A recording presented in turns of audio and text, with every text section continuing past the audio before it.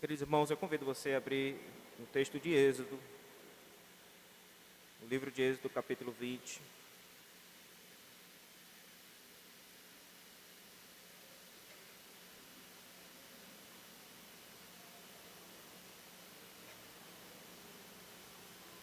Faremos a leitura do verso 3,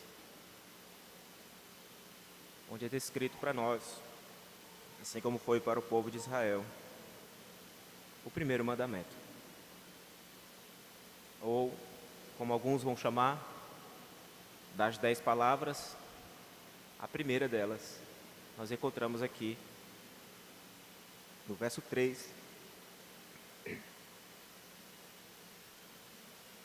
do capítulo 20.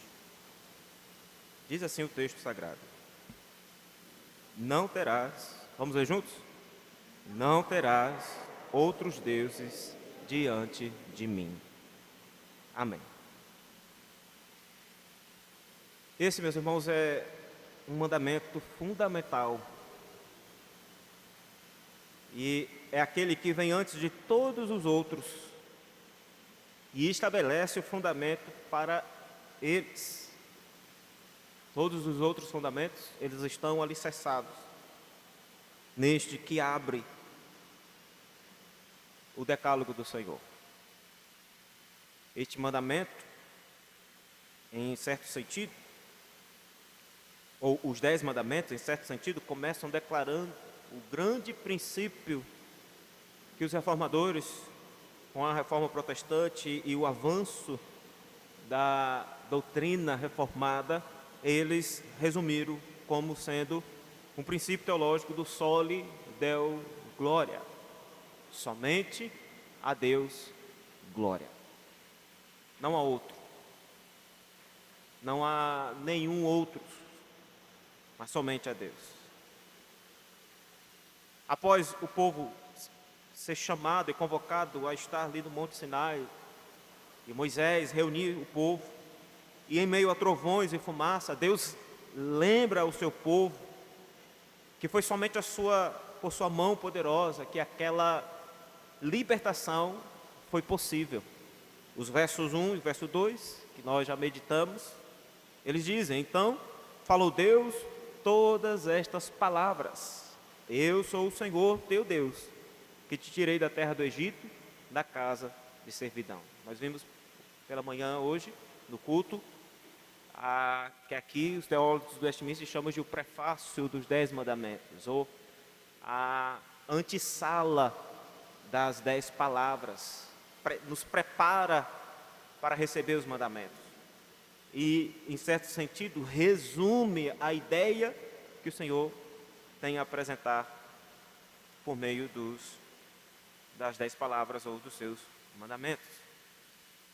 A única contribuição de Israel diante da libertação que Deus fizera foi levantar-se do lugar que estava e atender de forma obediente às prescrições do Senhor. Aquelas que nós vimos também de Êxodo capítulo 12, principalmente no que diz respeito à última praga, onde o anjo da morte passaria pelas casas sobre todo o Egito. Até então as pragas elas estavam vindo apenas sobre os egípcios, e os israelitas na terra de Gósen estavam sendo poupados. Mas agora o anjo da morte passa por todo o Egito, inclusive na terra onde os israelitas estavam. Mas o Senhor prescreveu como eles seriam, por assim dizer, poupados ou salvos do juízo de Deus que viria sobre o Egito. Esta era a única exigência do Senhor: que eles crescem nele, crendo na palavra do Senhor. E a prova da sua fé seria a obediência aos preceitos, toda aquela preparação que veio a ser chamado de o rito pascal, como também estar dentro da casa naquele instante quando o anjo passasse. Quem estivesse lá dentro seria poupado ou salvo. Eles foram então encaminhados da morte para a vida, do cativeiro para a liberdade, da vida escrava, mediante juízo, mediante um penoso trabalho e sofrimento, agora para uma vida próspera diante do Senhor, desfrutando de uma liberdade que Deus propusera a eles. Mas veja, meus irmãos, e é aqui onde nós falhamos por vezes. Essa liberdade que nós recebemos em Cristo, ela não é libertinagem.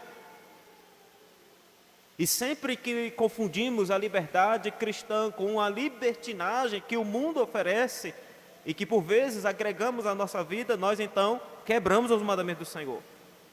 Nós então falhamos na nossa vida cristã. Nós então nos assemelhamos a este mundo mau, caído, perverso.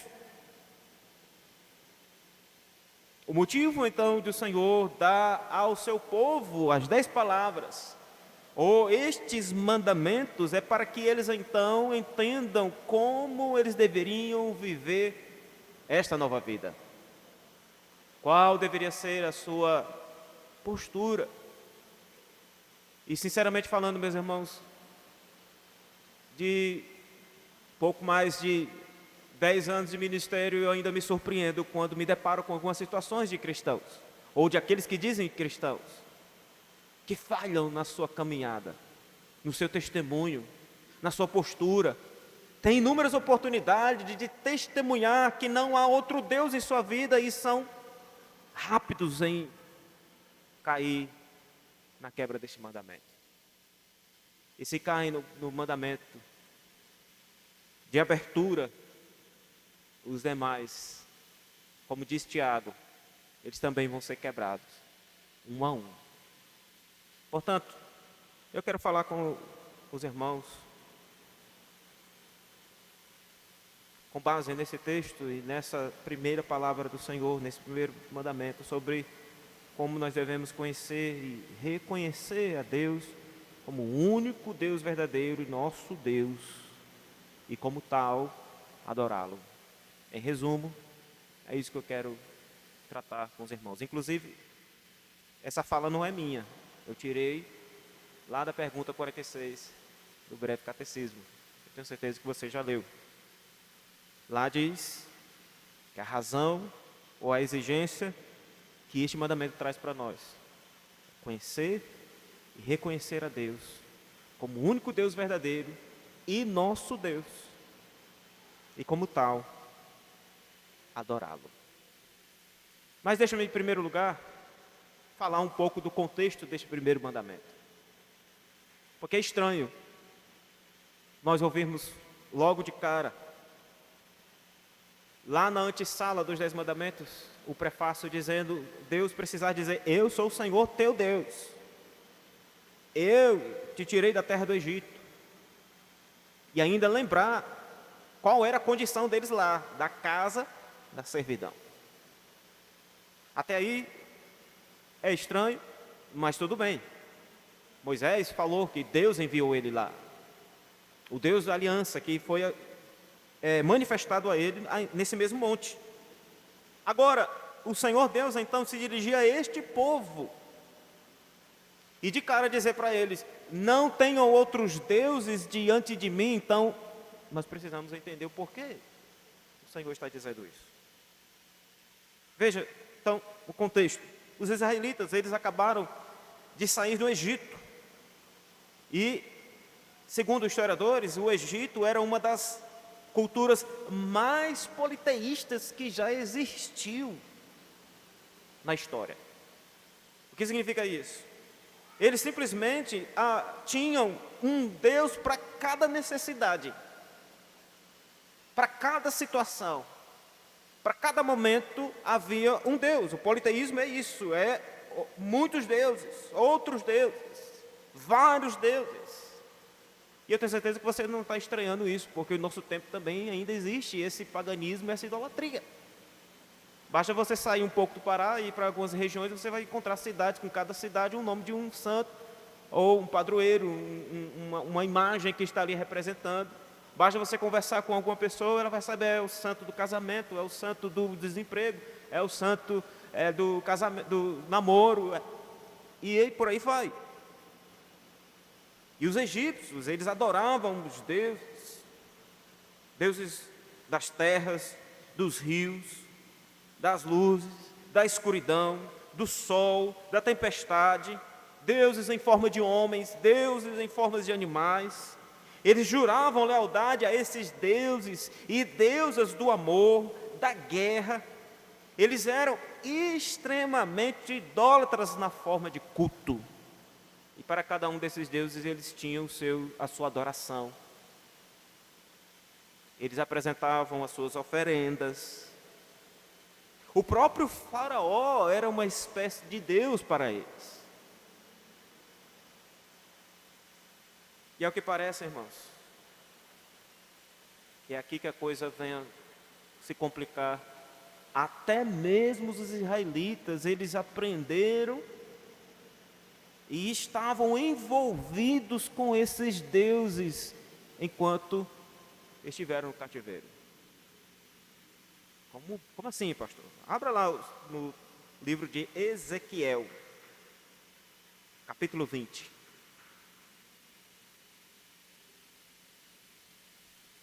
Ezequiel capítulo 20, do verso 1 ao verso 8. Olha o que o texto vai dizer. No 5º mês do 7º ano, aos 10 dias do mês, vieram alguns dos anciãos de Israel para consultar ao Senhor, e assentaram-se diante de mim. Então veio a mim a palavra do Senhor, dizendo: Filho do homem, fala aos anciãos de Israel e dize-lhes: assim diz o Senhor Deus: acaso viestes consultar-me? Tão certo como eu vivo, diz o Senhor Deus, vós não me consultareis. Versículo 4: julgá-los-ia tu, ó filho do homem, julgá-los-ias, faze-lhes saber as abominações de seus pais, e dize-lhes: assim diz o Senhor Deus, no dia em que escolhi a Israel, levantando a mão, jurei a descendência da casa de Jacó e me dei a conhecer a eles na terra do Egito. Veja, levantei-lhes a mão e jurei: eu sou o Senhor, vosso Deus. Naquele dia, levantei-lhes a mão e jurei tirá-los da terra do Egito para uma terra que lhes tinha previsto, a qual mana leite e mel, coroa de todas as terras. Agora veja o verso 7, meus irmãos. Então lhes disse, cada um, está falando para os israelitas, cada um lance de si as abominações de que se agradam os seus olhos, e não vos contamineis com os ídolos do Egito. Eu sou o Senhor vosso Deus. Verso 8. Mas rebelaram-se contra mim e não me quiseram ouvir. Ninguém lançava de si as abominações de que se agradavam os seus olhos, nem abandonava os ídolos do Egito. Perceba, irmãos, faz sentido o Senhor Deus então chegar para o povo de Israel agora, uma vez libertos do Egito, e dizer para eles: não tenha outros deuses.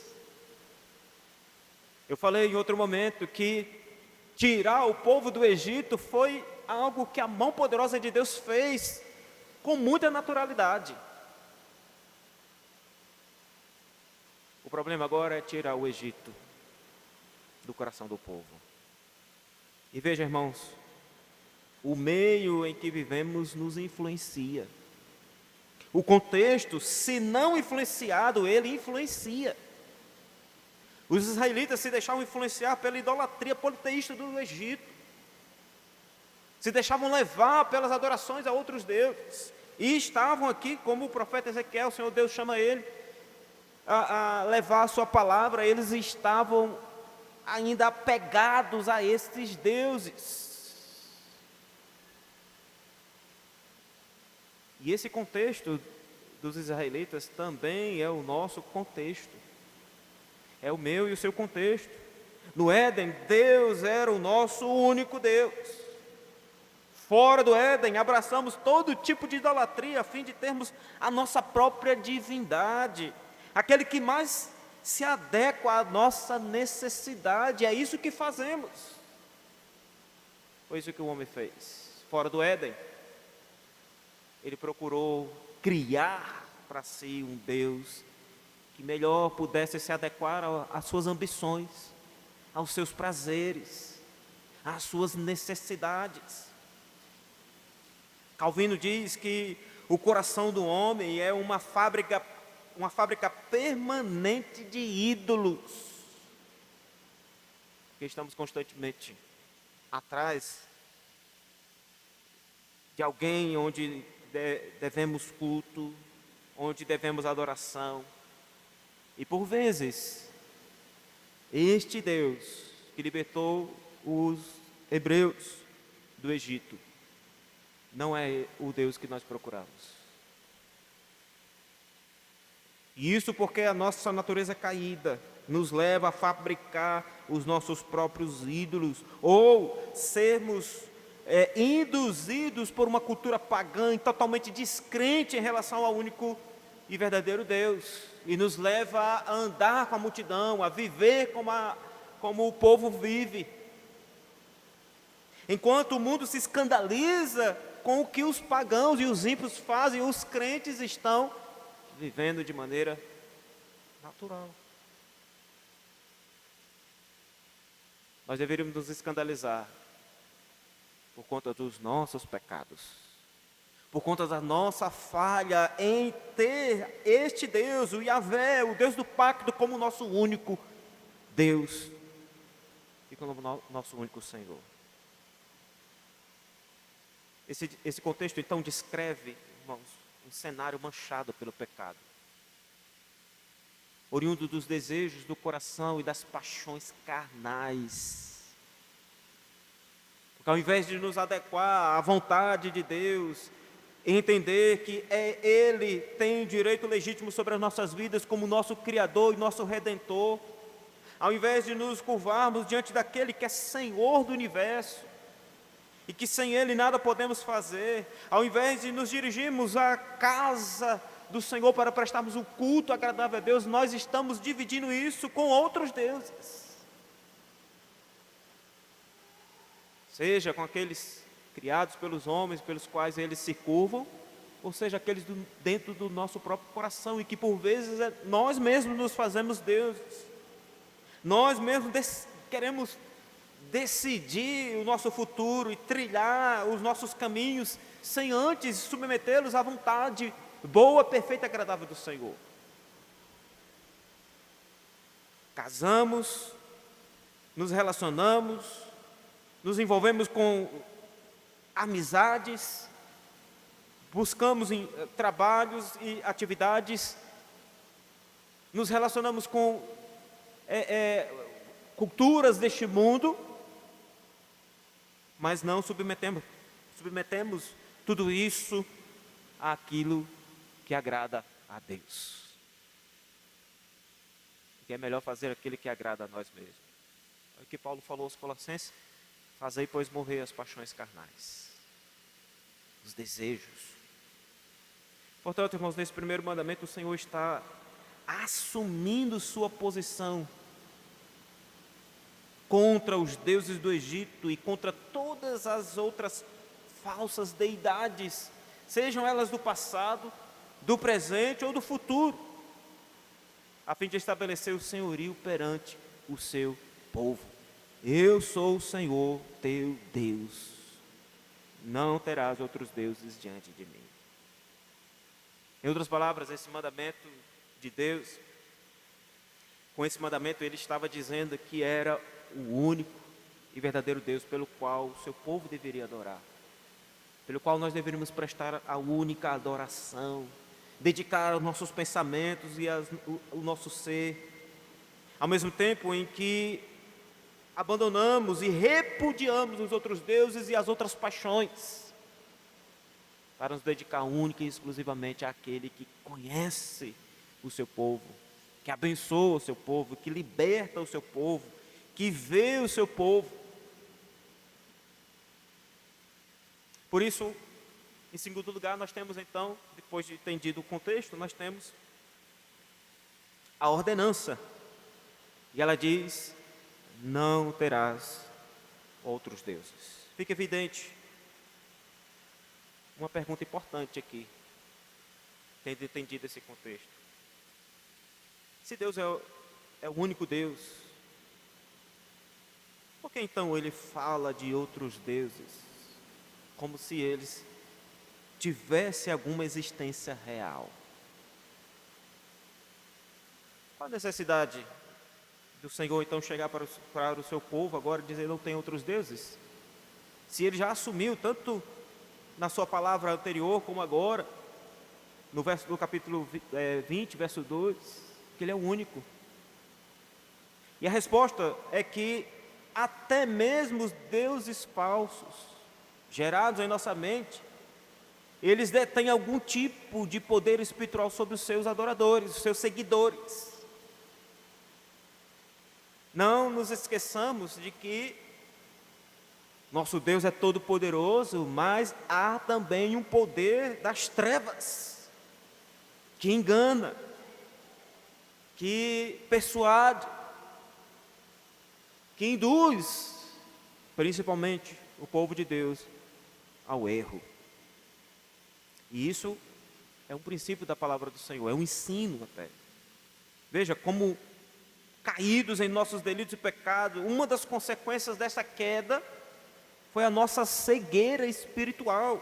Paulo fala isso quando escreve aos Efésios, no capítulo 4, verso 17 e ao verso 19, quando ele diz: isto, portanto, digo e no Senhor testifico, que não mais andeis como também andam os gentios, na vaidade dos seus próprios pensamentos, obscurecidos de entendimento, alheios à vida de Deus por causa da ignorância e que vivem pela dureza do seu coração, os quais, tendo se tornado insensíveis, se entregaram à dissolução para com avidez cometerem toda sorte de impureza. Qual é a razão que Paulo está apresentando aqui para essas atitudes perversas?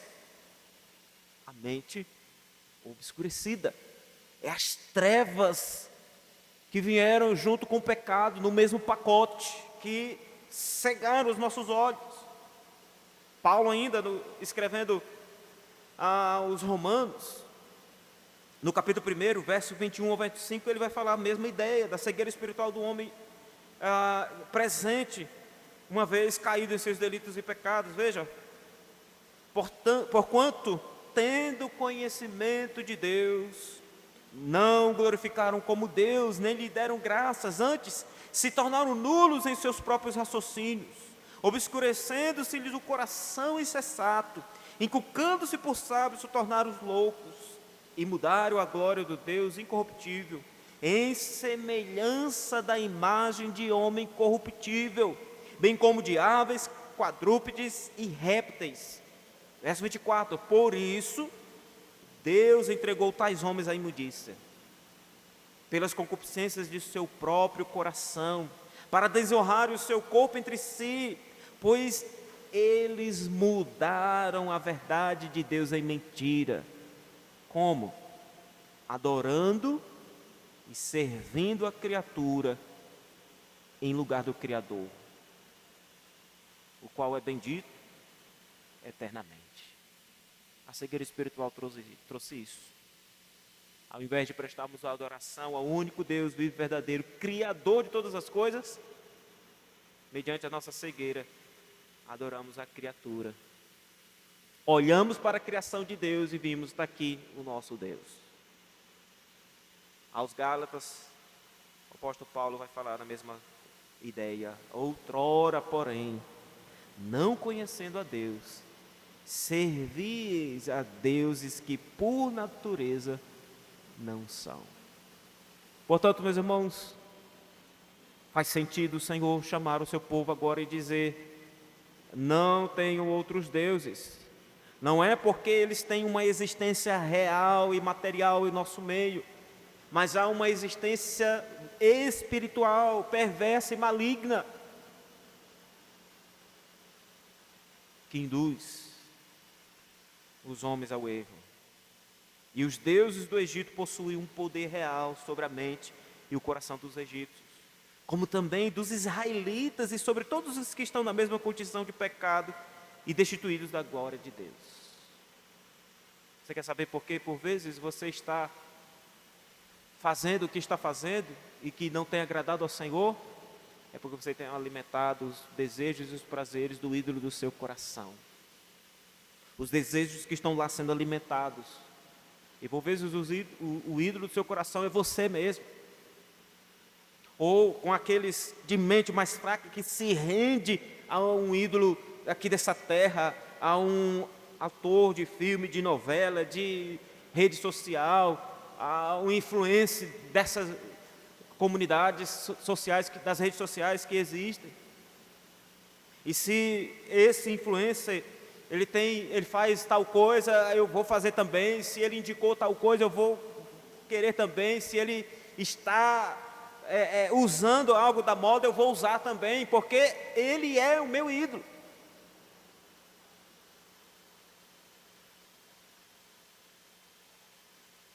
Os deuses do Egito, eles possuíam esse poder e essa influência sobre o povo.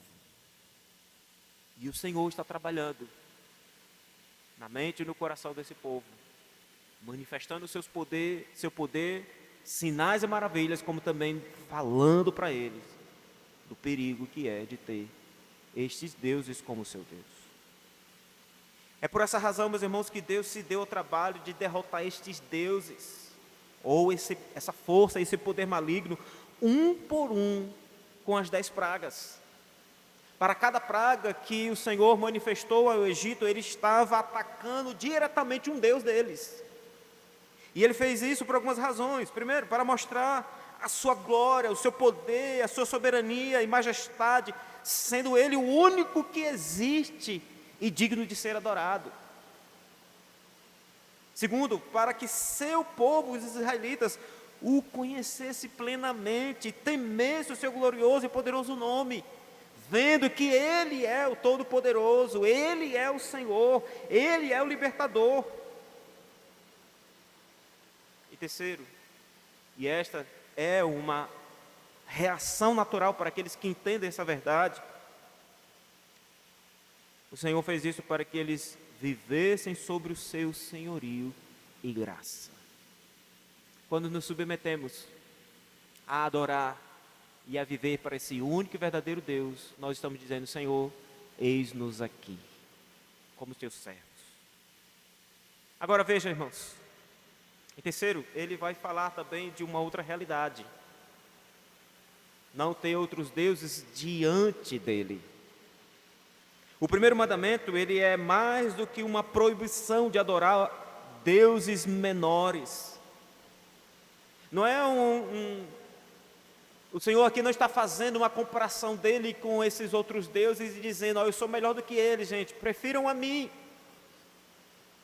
O que o Senhor está fazendo aqui com esse chamado, não terás outros deuses diante de mim, é um convite à realidade. O Senhor está abrindo o seu véu de poder e mediante a sua graça e dizendo ao povo: olha, esta é a realidade, não se deixem levar pelo engano. Não pode haver, mediante isso, uma lealdade dupla, quando se trata de servir e adorar ao Yahvé, aquele que existe. E, meus irmãos, com muita tristeza no coração, eu digo que por vezes essa é a nossa realidade. Nós praticamos uma espécie de lealdade dupla. Dizemos que servimos a Deus, mas na prática, no dia a dia, nós temos outros deuses. Não pode haver esse tipo de lealdade dupla no reino de Deus. Ao ordenar uma lealdade única e exclusiva. Deus não apenas afirma que Ele é superior a outros deuses, nem mesmo com as pragas Ele estava demonstrando força, como se fosse Ele maior do que esses outros deuses. O que Deus está fazendo é declarando que eles não existem.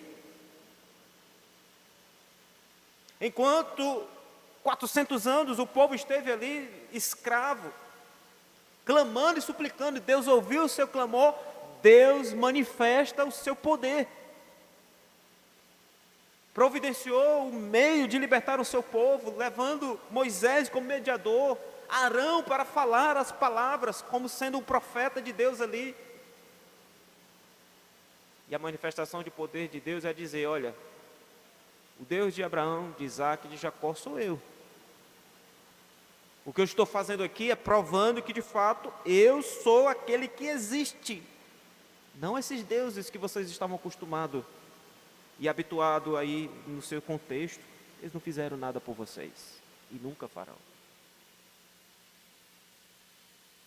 Agora, irmãos, diante de uma vida cercada por pecado e tentações, o que é mais natural ao homem? Ter outros deuses. Essa é a realidade. O trabalho de Deus aqui é nos levar a ter um único e vivo e verdadeiro Deus, dizendo: não tenham outros. Não se dirija a outros deuses diante de mim.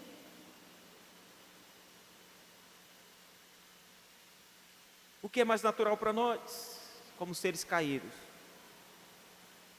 Ter outros deuses. Depois de mais de 400 anos no Egito, o politeísmo seria a mais familiar circunstâncias que os israelitas encontrariam. Uma vida monoteísta precisava ser ensinada a eles. E olha que foi necessário esse encontro aqui no Monte Sinai, antes de entrar na terra de Canaã. Porque se os irmãos abrirem Êxodo capítulo 23, nós vamos perceber que o que eles iriam encontrar lá também era um paganismo, uma espécie de nações e cada uma com seus deuses. E agora, como seria isso para o povo? Sair de um contexto de idolatria e próprio Deus levá-los a outro. Êxodo 23, verso 20 vai dizer: eis que envio um anjo adiante de ti, para que te guarde pelo caminho e te leve ao lugar que tenho preparado. Guarda-te diante dele e ouve a sua voz, e não te rebeles contra ele, porque não perdoará a vossa transgressão, pois nele está o meu nome. Mas se diligentemente lhe ouvires a voz e fizeres tudo o que eu disser, então serei inimigo dos teus inimigos e adversário dos teus adversários. Verso 23: porque o meu anjo irá diante de ti e te levará aos amorreus, aos heteus, aos fariseus, aos cananeus, aos heveus e aos jebuseus, e eu os destruirei. E aí o verso 24: não adorarás os seus deuses, nem lhes dará culto, nem farás conforme as suas obras. Antes os destruirás totalmente e despedaçarás de todo as suas colunas. Servireis ao Senhor vosso Deus. Verso 25: e Ele abençoará o vosso pão e a vossa água, e Ele estará com vocês e tirará do vosso meio as enfermidades. Ele estará com o seu povo, mas é necessário que eles tenham uma postura. Deus não ia fazer isso por eles. O que Deus ia fazer com eles é fazê-los entrar na terra. Era eles mesmos, mediante essa ordenança que estão recebendo aqui no Sinai, de não ter outros deuses, era eles mesmos que deveriam dizer não a esses deuses. O que o Senhor está exigindo do seu povo? Uma postura, um comportamento coerente com a vida pelo qual nós dizemos viver. A nação de Israel iria chegar em terras estranhas, terra que o Senhor entregou nas mãos deles. Eles iriam pelejar, conquistar essas terras, embora o Senhor não ia destruir todo o povo, porque eles iriam precisar aprender a cuidar daquela terra, a serem agricultores e tudo mais. Mas o Senhor, por meio deles, iriam destruir esses povos. Eles não deveriam se juntar, nem dar os seus filhos e suas filhas em casamento aos filhos e filhas desses povos, para que não houvesse contaminação. Eles não deveriam imitar a conduta deles, eles não deveriam adorar os seus deuses, mas não é só chegar lá e não adorar, é chegar lá e lançar fora, é expulsar do meio deles. Porque, irmãos, por vezes nós não fazemos isso, aquilo, outro, mas estamos ali calados, estamos ali escondidos, de trás da cortina do cristianismo, e quando é favorável, nós dizemos, sou cristão. Quando não é favorável e há o perigo da nossa vida, nós nos escondemos. Por que o Senhor não expulsou o povo, os cananeus, os amorreus, aquela nação toda ali? Por que Ele não expulsou antes e agora a terra lavada e sem essas nações? E o Senhor então aqui, Israel, pode entrar, não tem nenhum perigo de vocês serem contaminados. Porque o Senhor precisava conhecer e saber da lealdade do seu povo, da fé do seu povo, da obediência do seu povo, em ouvir agora que eles não deveriam ter outros deuses, e na primeira oportunidade que encontrar com outra nação, eles também se mantiverem fiéis a Ele. É aí, meus irmãos, que nós devemos nos preocupar, porque o Senhor ainda continua fazendo isso conosco. Quão bom seria que no dia da nossa profissão de fé, naquele momento o Senhor nos levasse para a glória. Estávamos livres das tentações de uma vez por todas, livres dos desejos da nossa carne poder aflorar, naquele mesmo dia ao sair para aquela porta. Antes mesmo, Senhor, eu reconheço que Tu és o meu Senhor, o único Deus vivo e verdadeiro, que Cristo é o meu Redentor, o meu mediador, o meu Salvador, que o Espírito Santo é o meu Consolador, e amém, e o Senhor me levar para a glória. Quão maravilhoso seria isso. Mas o Senhor faz você voltar para a mesma casa, para a mesma família, para a mesma escola, para o mesmo lugar, para o mesmo trabalho. Porque é lá que você vai poder dizer se você serve a Deus ou não, se você é sal da terra e luz do mundo ou não, se a luz que está em você é a luz de Cristo, ou é as trevas deste mundo, que continua a governar e a dirigir a sua vida. Essa lealdade dupla acontece não porque deixamos de adorar um para adorar outro, veja, mas ocorre quando adicionamos mais um ídolo ao nosso acervo de ídolos. É aquele crente que diz que é cristão, que vai à igreja no domingo, mas de segunda a sábado ele flerta com o mundo. Ele tem um linguajar profano, ele tem um testemunho infiel, que mais se assemelha à roda dos escarnecedores, ao caminho dos pecadores. Porque é isso que às vezes nós fazemos e a nossa prática de vida tem demonstrado. Não ter outro Deus não significa que devemos então tirar toda a idolatria do nosso coração e não ter nenhum Deus. Mas significa ter um único e exclusivo Deus em nossas vidas. Assim como este mandamento, o Senhor Jesus ensina que esse tipo de atitude ela é incompatível com o que Deus exige.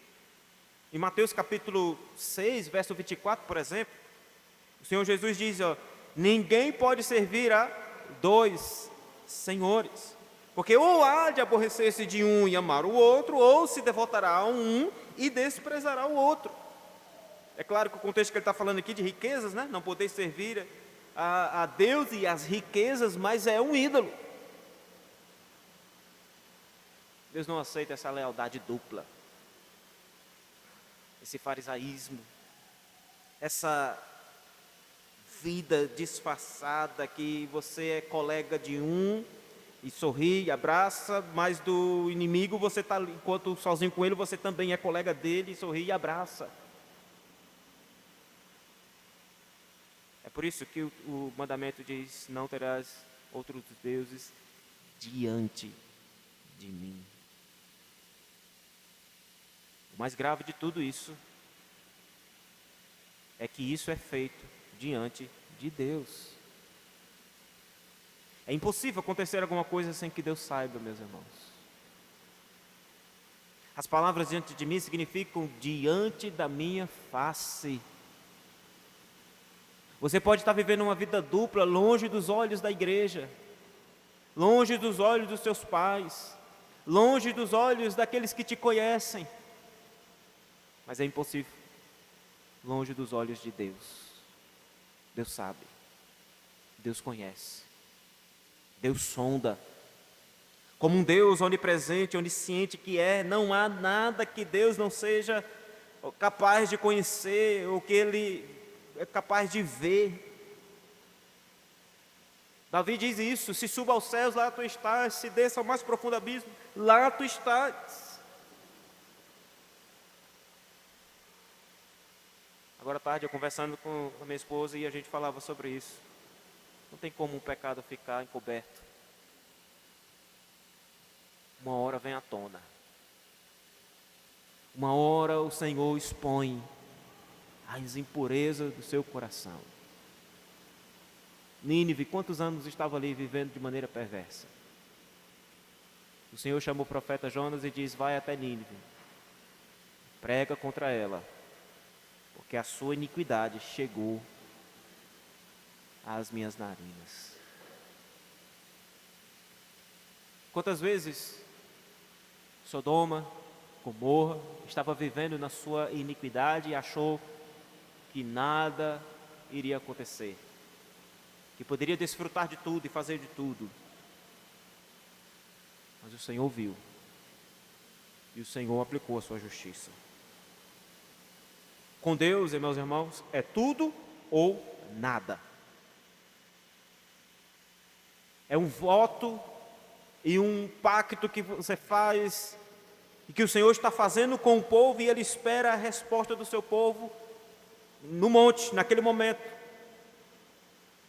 E que nós fazemos quando reconhecemos a Deus como nosso único Senhor, mediante a obra do seu Filho, e movido pela sua palavra, o Espírito de Deus, nós então declaramos publicamente, confessamos ao nosso Deus como único Senhor de nossas vidas. Como essa confissão vai ser percebida? Pelo modo que nós lidamos com o pecado, pelo modo como nós testemunhamos com a nossa vida neste mundo. Se ao sair da presença dos crentes e professar a nossa fé, mas no oculto o pecado continua dominando nossas vidas, essa nossa confissão foi falha.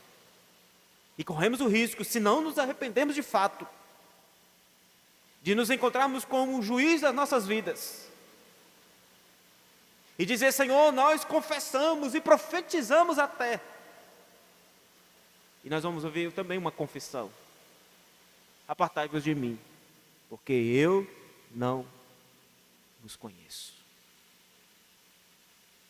Com Deus é tudo ou nada. É isso que Ele espera do seu povo do Monte Sinai. Foi assim no Monte Sinai quando deu a lei a Moisés pela primeira vez. Foi assim com Josué, quando ele renovou a aliança com o seu povo, o povo de Israel, depois de atravessar ali o Jordão.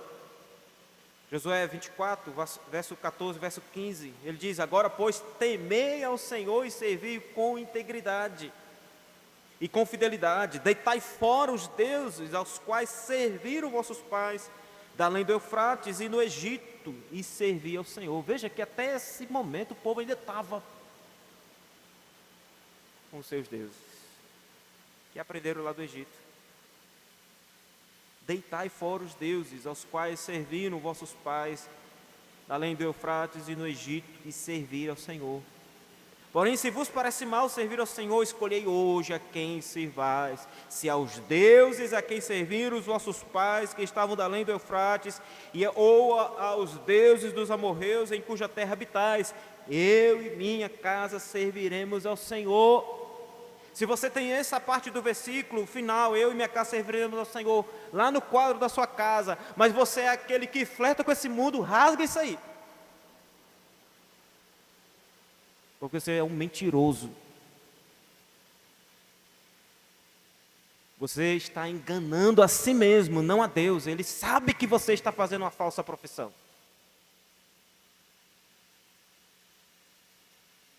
Para que você e sua casa sirvam ao Senhor, lance fora os deuses.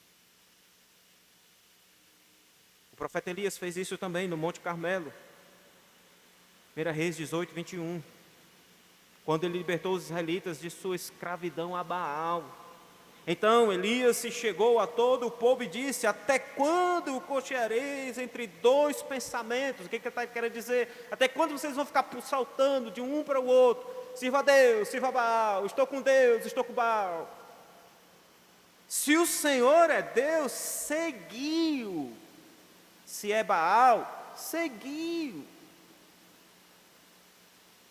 E o pior é que o povo, porém, nada respondeu. O que é que Deus está querendo? Tome uma postura. Faça uma confissão e viva por meio dela. Não se engane. Seja verdadeiro. Sirva a Deus. Ou senão, sirva aos seus desejos, aos seus prazeres.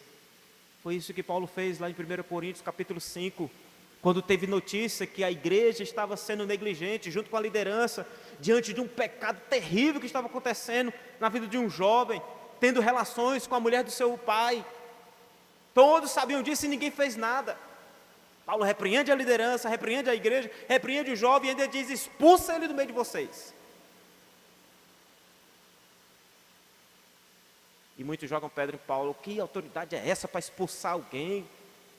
Paulo só está querendo dizer: olha, ele não está servindo a Deus, ele não está vivendo para Deus, ele não está vivendo de maneira santa e digna e aceitável do Senhor. Então saia do meio. Vai viver no mundo das trevas. Vai viver entre os demônios. Vai viver entre esse mundo perdido. Quem sabe quando você mesmo cair a ficha e reconhecer isso, você se lembre do seu Senhor e clame pela misericórdia. E o texto diz: se confessarmos nossos pecados, Ele é fiel e justo a nos perdoar os pecados. Portanto, meus irmãos, quando o Senhor chama o seu povo a não ter outros deuses, nós podemos ver aqui, já entrando para as nossas aplicações, como uma mensagem da graça de Deus. Antes mesmo de entrar numa terra idólatra e pagã, que Deus estava preparando ou purgando, por assim dizer, para que o povo pudesse desfrutar de uma vida próspera. Mas era necessário ter fé e obediência, e para que, antes mesmo de receber, para que então viva e desfrute, como um testemunho fiel, e ao chegar lá, seja esse testemunho, diante das muitas perversões, iniquidades e paganismo, idolatria que havia ali.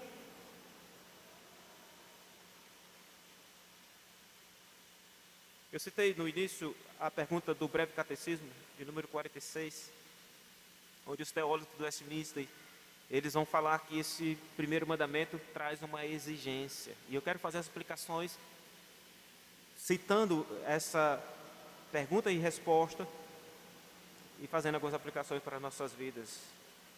Pergunta 46. O que o primeiro mandamento exige? Resposta: o primeiro mandamento exige de nós conhecer e reconhecer a Deus como o único Deus verdadeiro e nosso Deus, e como tal, adorá-lo. Conhecer e reconhecer a Deus como o único Deus verdadeiro e nosso Deus, e como tal, adorá-lo. É simplesmente, não, Deus é meu Deus. Eu sei que Deus existe. Você já deve ter falado de Deus para outras pessoas, tentado evangelizar, falar de Cristo como salvação. Não, eu creio em Deus. Muito bem, até o diabo crê. Os demônios creem. E se você ler o livro de Marcos, eles são mais crentes, os demônios são mais crentes do que muitos. Se dobram diante do Senhor quando Jesus aparece. A gente não tem reverência nem no culto. A gente não tem reverência nem quando vai ler a Bíblia. A gente não tem reverência nem quando vai fazer nossa devocional. Não tem reverência quando vai cantar, quando vai ouvir a palavra. Os demônios creem. E eles se lançam em terra. Sabemos que tu és o Cristo, o Filho de Deus. Quando Deus nos ordena a rejeitar os falsos deuses, Ele também nos ordena a escolhê-lo como Deus verdadeiro, entronizando como nosso único Senhor. A ordenança para não ter outros deuses, por trás disso está: tenha um Deus. E esse um Deus, no verso 2, Ele se apresentou: eu sou o Senhor, teu Deus. Qual? Aquele que te tirou da terra do Egito, da casa da servidão. Eu sou o Senhor, teu Deus, que te libertou do império das trevas, que te livrou da condenação do pecado. Eu sou o Senhor, teu Deus, que a minha misericórdia, a minha graça te basta.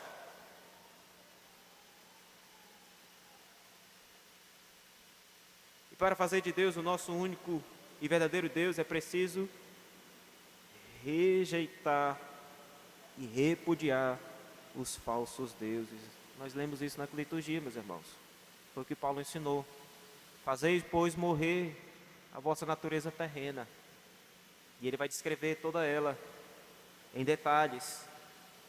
Mas uma vez que você fez morrer todas essas paixões carnais, o verso 10 ele vai dizer: e vos revestistes do novo homem, que se refaz para o pleno conhecimento, segundo a imagem daquele que o criou.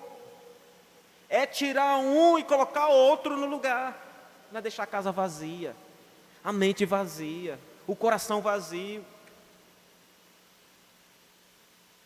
Se você era aquele que vivia em prostituição, em impureza, em paixão lasciva, em desejo maligno, em avareza, que é idolatria, estas coisas são frutos ou são ações dos filhos da desobediência. Se era essa era a sua condição, agora se revista do novo homem, que se refaz do pleno conhecimento de Deus, segundo a imagem daquele que nos criou.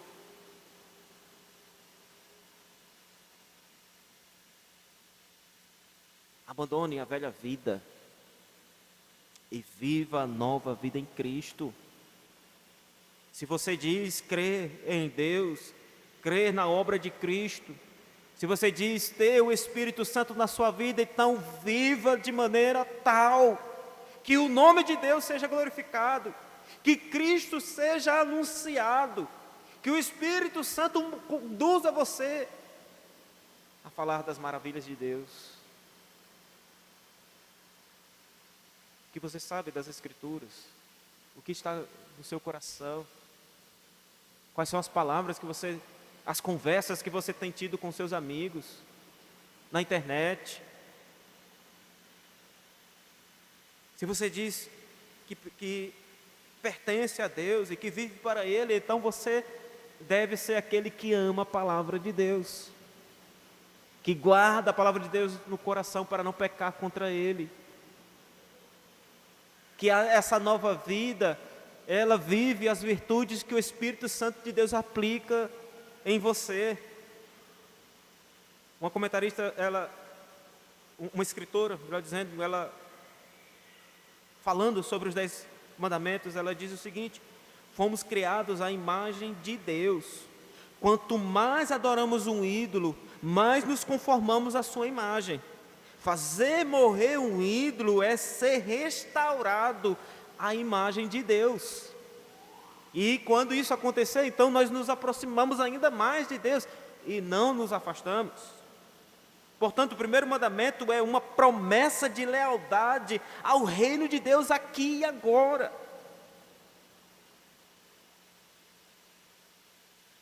Porque nós somos chamados a não adorar outros deuses diante de Deus? Porque só Ele é aquele que existe e é o Senhor pelo qual nós devemos viver. Cristo Jesus, enquanto no deserto sendo tentado, e uma das tentações que foi apresentada a Ele pelo próprio diabo foi que Ele se curvasse diante dele.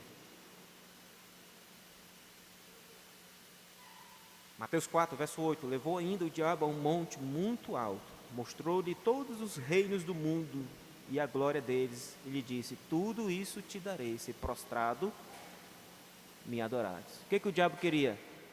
Que Jesus Cristo abandonasse a sua devoção e obediência a Deus, Pai, vivo e verdadeiro, para viver em submissão e obediência a Satanás. Então Jesus lhe ordenou: retira-te, Satanás, porque está escrito: ao Senhor teu Deus adorarás, e só a Ele darás culto. Tome cuidado, meus irmãos, porque se você não está, a sua vida não é um culto racional vivo para Deus, você está cultuando os ídolos. E os ídolos é uma palavra bonita para os demônios, para os espíritos malignos, para a força das trevas, para aquilo que é carnal, para aquilo que é o passaporte para o inferno. É em Cristo Jesus, seguindo o seu exemplo, é que nós então caminhamos naquele que é o único caminho, a verdade e a vida, e que ninguém vai ao Pai senão por Ele. Só há uma maneira de adorarmos a Deus, e unicamente a Ele, por meio de Jesus Cristo. Aquele que nos salvou, aquele que viu a nossa limitação e viu quão mal nós éramos, quão perdidos nós estávamos, e que veio assumir o meu e o seu lugar. E na cruz, de braços abertos, ele estava rogando ao Pai: Senhor, perdoa-lhes, porque eles não sabem o que fazem. É aquele que, num brado de vitória, clamou ao Senhor nas suas últimas palavras: está consumado. A obra foi realizada, o sacrifício foi feito. E ao terceiro dia o Senhor apareceu ressurreto aos seus discípulos, e a primeira palavra que ele disse foi: paz seja convosco. Só há paz para aqueles que, por meio de Cristo Jesus, desfrutam da verdadeira paz, adorando e servindo ao único Deus vivo e verdadeiro. Fiquemos em pé em nome de Jesus.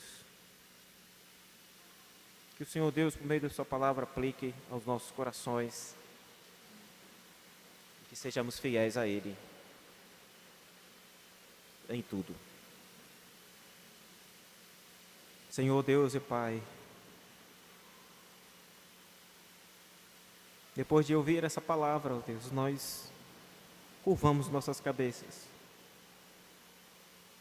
E o nosso coração ainda trêmulo, ó Deus, nós nos recorremos a Ti, para mais uma vez pedir perdão, Senhor. Quando, ó Deus, deveríamos estar unicamente com as nossas vidas devotadas ao Senhor e falhamos. Perdão, Senhor. Quando, ó Deus, na nossa confissão pública de fé ao Senhor. Fizemos isso, mas ao voltar para as nossas circunstâncias e as nossas dificuldades, nos esquecemos e nos envolvemos e nos corrompemos e mais uma vez falhamos. Perdão, Senhor. Obrigado, ó Deus, porque mais uma vez o Senhor nos lembra do porquê devemos servir ao Senhor. Porque Tu és o nosso Deus e não há outro como Tu. Não existe alguém com tamanho amor capaz de entregar a sua vida pelos seus. Não há nenhum outro Deus nessa terra com tamanho amor capaz de, pela sua graça, o seu favor, ainda nos dar oportunidades de viver de modo digno e aceitável do Senhor. Enquanto os pagãos e os idólatras seguem as doutrinas deste mundo, doutrina de demônio, e estão se punindo, estão se martirizando, estão, ó Deus, fazendo oferendas, estão, ó Pai, entregando tudo que tem para outros deuses, com a intenção, ó Deus, de buscar a paz, buscar a verdadeira prosperidade, buscar, ó Deus, um lugar de descanso. Nós, o Teu povo, conhecemos e sabemos a verdade, e vivemos para o verdadeiro Deus, que não exigiu nada de nós. O Senhor é quem enviou o Seu Filho, o Senhor é quem realizou a obra, o Senhor é quem derramou o sangue, o Senhor é quem nos redimiu, o Senhor é quem nos recebe, o Senhor é que de maneira graciosa demonstra o seu amor para conosco, pelo fato de Cristo Jesus ter morrido por nós. E mesmo quando desobedecemos e viramos as costas, o Senhor ainda assim nos resgatou e nos adotou como filhos, nos deu a sua palavra, nos deu a fé necessária para crermos nela, e agora nós podemos sim recorrer a Ti, agradecidos. Nos ajude, Pai, para que nós não venhamos, ó Deus, desviar, ó Deus, a nossa adoração do nosso culto, nem para A, nem para B, nem para a direita, nem para a esquerda, mas unicamente a Ti, Senhor e Salvador de nossas vidas. Que a adoração dos nossos lábios seja fruto da graça do Senhor e da ação do Teu Espírito em nossas vidas e nos levar para Ti mesmo. Para que um dia nos juntemos aos Teus anjos e venhamos glorificar ao Senhor eternamente. Agora, Pai, despede o Teu povo em paz, que a boa mão do Senhor os guarde e os livre de todo mal. Que a semana que se inicia seja abençoada, próspera e cheia de oportunidades para testemunharmos da graça do Senhor. Em nome do Teu Filho amado, a nossa oração. Em nome de Jesus. Amém.